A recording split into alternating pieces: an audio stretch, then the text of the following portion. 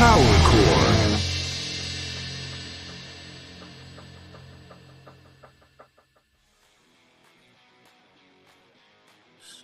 Hey, Power Chord. Today we have a special guest, a special friend, I could say. It's Jeff Caudill from Gameface, low cost, but we will talk about all him projects. All right. And yeah, thank you, Jeff, for your time. Hey, man. Yeah. I'm very happy to have you here because we record something together in the past, but we didn't have many time to talk. So Right. it's a good chance. Yeah. Yeah. I would like to start from I would say the beginning because about Gameface, and I would ask you, looking back at the early days of Gameface. So we are talking about the end of the 80s, I guess, 89 or 19, something like that. Yeah. Pretty much 1990 is when we started. It seems like a few lifetimes ago at this point. Yeah. we, What do you remember most about the sensations, the feelings of starting a band? I mean, that's interesting to think about now because I'm right now I'm a father. I'm looking at my daughter who is just around the same age as I was when I was starting all these things, and I'm overjoyed to watch her, kind of just the whole journey that it takes, with like finding the right people and finding the scene and your community and figuring out like what works artistically for you and all of the scene politics that come with it. Like I'm seeing all of that through her eyes happening now, and that's how it was when we were young. Like I was always obsessed with music. I loved, I just from listening to music in the back of my mom's car, and then like just of course just whatever was on the radio. But then when I discovered the indie scene or the underground music or stuff that people weren't playing on the radio, that or going to see a local band, I was like maybe 13, 14 years old and seeing a band that just played at the community center in our city, and I was like, wow, my eyes opened up to, you don't have to be a famous rock star. You can just go and do it. Like there are people everywhere that are able to just pick up an instrument. They don't even have to be good. They can find people that are into the same stuff. Like that was really exciting when I started to explore that when I was, I guess a teenager. I guess I was in a few bands in high school, but the high school thing I didn't really feel like the real world. It was still kind of insulated. But then when when me and Todd is the other guitarist in Gameface, when we started to go out to see music, local bands, hearing about all the what was happening in what we didn't, at the time, we didn't really understand what the, Do you remember some concerts you saw? I mean, some bands that then grew up. Oh, you name it, I saw them. Tons of small band, like punk bands for sure. We saw. I mean, all the bands that are huge now: Bad Religion, Green Day, Offspring, and then down to like 7 Seconds, Youth of Today, like all the legendary bands. We saw them with 100 people in a little sweaty room, and we saw Inside Out before Zach went on to go and be Rage Against the Machine and all that. But then we also saw all these random, we saw like the Stone Temple Pilots before they became the Stone Temple Pilots, and we saw this band, like a metal band that went on to become what was it? Warrant. You know, like all these. Yeah, we do like. I really have seen. I mean, I'm grateful and fortunate to live in where I live in Los Angeles and the area around. There's just a lot of opportunity to see, you know, all these different stages and yeah, not knowing at the time that we're seeing these legends, you know, like the Red Hot Chili Peppers or Nirvana, like, you know, playing this tiny club in LA, and then, you know, a year later they're all over the radio and all that. But when we started to have the audacity to write songs and play together, and we were going out to other shows, and that's where we met our other band members. Like, we would see the same people at the same shows, like, you know, hey, you were at the Descendants show, or you're, you know, like, you must like cool music if you were, you know, like you were at the, you know, like Down by Law and Chemical People and all these groups that would play a lot in the LA area. And that's how we knew that we had found like our scene, like, and so that's how Gameface started in 1990. We weren't very good, and but it didn't matter, and we just. But I think the thing that the most valuable thing that came from being in that world in that time was the community, and was like we instantly had way more friends than we would have otherwise. Like, it's just, it's like an instant friend group, and that's so important when you're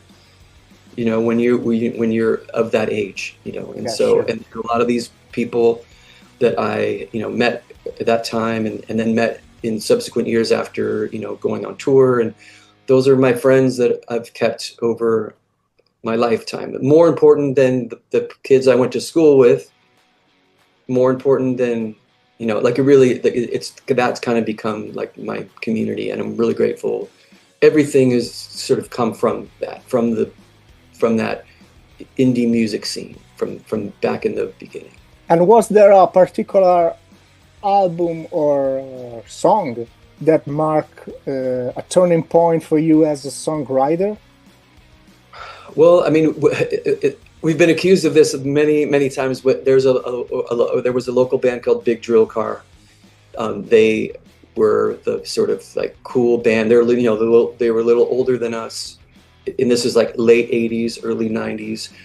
That was a band we would go see, and I was like, oh my god, like this is the band that I want to look like, I want to sound like.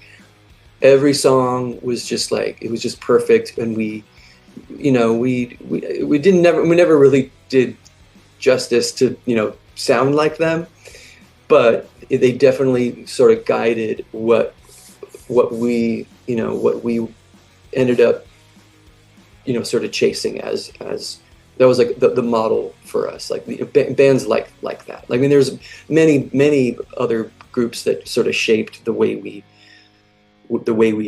ended up sounding, but Gameface, like, for those early times, we would listen to Big Drill Car, we listened to Jawbreaker, we listened to the Descendants, we listened to 7 Seconds. We discovered some of these more like power pop bands one called Candy, this band the Gumbies, like all these, like, you know, like strange small bands that at the time, most of them, you know, no one knew who they were, and it felt nice to feel like that was our little universe. Yeah. We are talking about Gameface, but then you founded also another band called Low Cost. And how different is your creative mindset when working on Low Cost compared to the past, to Gameface? I mean, it's not the past because you're still playing, but anyway. Yeah. I mean, we still play occasionally when we're asked to. You know, it's not as much as we would prefer anymore, but. I saw the fest in. That's the one thing we're doing this year, and so and I love fest. I love the whole vibe. It's just it's a great, like, if that's the one that we still get to play, I'm happy. it's great. With Low Coast, I feel like that I've evolved into a more sophisticated writer, and I've surrounded myself with like the musicians in the band in Low Coast. I don't want to compare, but they are they come at music in a different way. They understand. These guys are professionals. They know they can play circles around me, any instrument, and I feel like when I write music with them, they elevate my music to levels that I could not get to on my own or with Gameface, and things end up kind of it's as you know, it's more of an adult rock type of thing. It's exploring some different, like I grew up listening to like 70s classic rock. I love a lot of that stuff that Gameface doesn't do. And so this is my opportunity to add different instrumentation and explore other types of songs. And I've always like this, I've always been into the singer-songwriter thing, going back from when I was a kid, listening to Jackson Browne and the Eagles and Poco and all the sort of country rock stuff. Yep. But that is a huge influence on the Low Coast thing, but giving my songs to these guys, these really amazing, accomplished musicians, the result is definitely it's a different animal. And like I said, it's a little more sophisticated, a little more, the musicianship is it's a different animal. And so yeah. I have some rapid fire questions that can evolve in discussions. Do you prefer coffee or beer? Lately I think I've discovered my love of coffee lately. I kind of American coffee, not espresso. No, espresso. Like cool. I'm a latte guy. I like the whole ritual of I wasn't really a coffee guy all through. I would drink tea, but I wasn't really into coffee. But lately, I actually from the Low Coast went to Japan a year ago. And they're all coffee guys, and they were like wanted to search out the best coffee spot in each of the cities we were. And I was like, I don't drink coffee, but being with them, and they were like really serious about their coffee. So I kind of got into that. But then since then, I've been, we have like a frother at home, and we do the whole thing, and that's become kind of like my new obsession. It's fun to discover things like that late in your life, because I put it off for so long. I do love beer. I mean, I love like a stout or like a dark Guinness or something like that. But I guess that's kind of similar to a coffee. It was a stupid question. I always do. And what's the first punk record you ever bought? First punk record, maybe the Jealous Again EP from Black Flag. Ooh, cool. Yeah. And one album you wish you had written? Oh wow! There's a lot. An album I wish I'd have written. Oh gosh, Being There by Wilco. Ah, cool. The most underrated Gameface song, in your opinion? Underrated. There's so many. I'm gonna take a song that no one ever asks for except for my wife. My wife loves the song "New Landscaping" that's on the Always On album. That's her favorite, and she every time we get together to play, which is rare these days, she's like, "When are you guys ever gonna play New Landscaping?" And the answer is always no. Because nobody cares about it. But that's a song that she loves. I think she loves it because she knows the sort of the backstory of the lyrics. But No one talks about that. And you prefer to play, I mean, maybe not all the people knows that you record and wrote acoustic stuff too. So you prefer to approach acoustic or electric songwriting? I mean, I know it's different.